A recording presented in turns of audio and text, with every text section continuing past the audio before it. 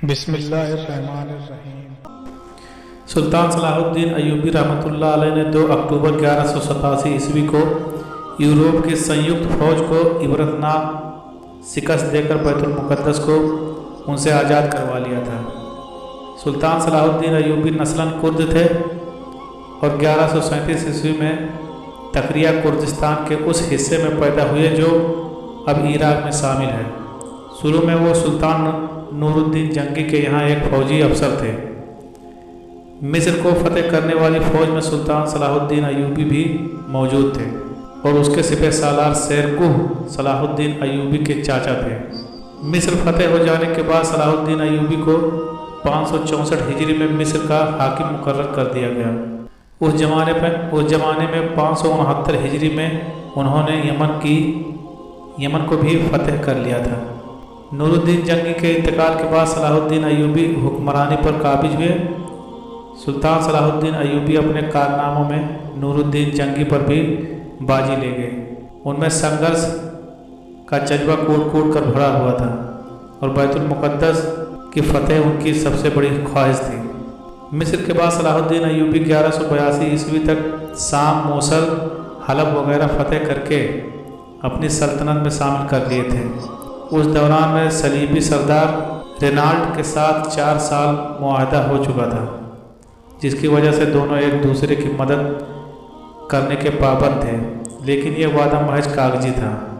1186 عیسوی میں کروسیڈرز کے ایک ایسے ہی حملے میں رینالڈ نے یہ کوشش کی کہ بہت سے دیگر عیسائی فوجوں کے ساتھ مدینہ منورہ پر حملے کی غرض سے حجاز مقدس پر حملہ آور ہوا۔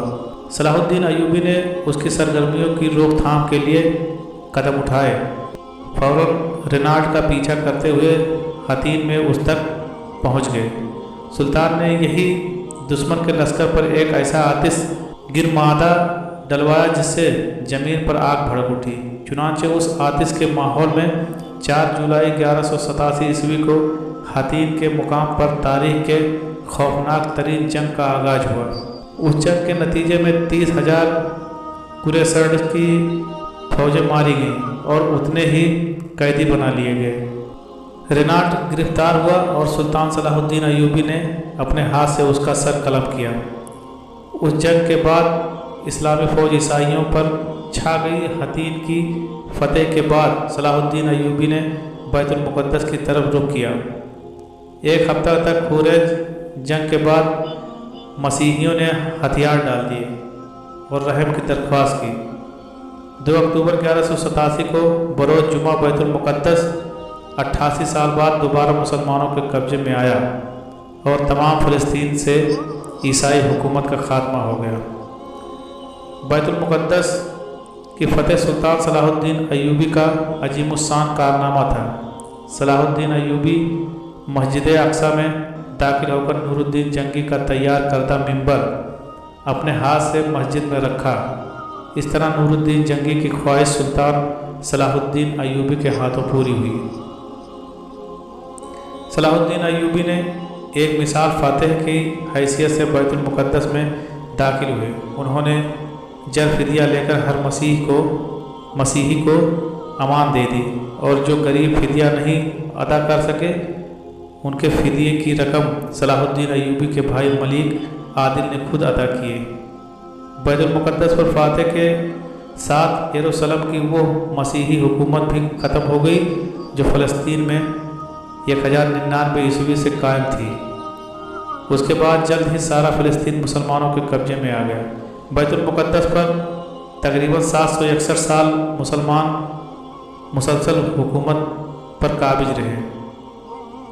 پھر 1948 عیسوی میں امریکہ، برطانیہ، فرانس کی سازش سے فلسطین کے علاقے میں یہودی سلطنت قائم کی گئی اور بیت المقدس کا نصف حصہ یہودیوں کے قبضے میں چلا گیا۔ 1967 عیسوی کے عرب اسرائیل جنگ میں بیت المقدس پر اسرائیلیوں نے قبضہ کر لیا۔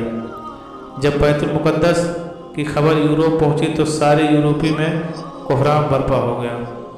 ہر طرف لڑائی کی تیاریاں ہونے لگیں۔ جرمنی، اٹلی، فرانس اور انگلینڈ سے فوج روانہ ہونے لگی۔ سلطان صلاح الدین ایوبی نے اپنی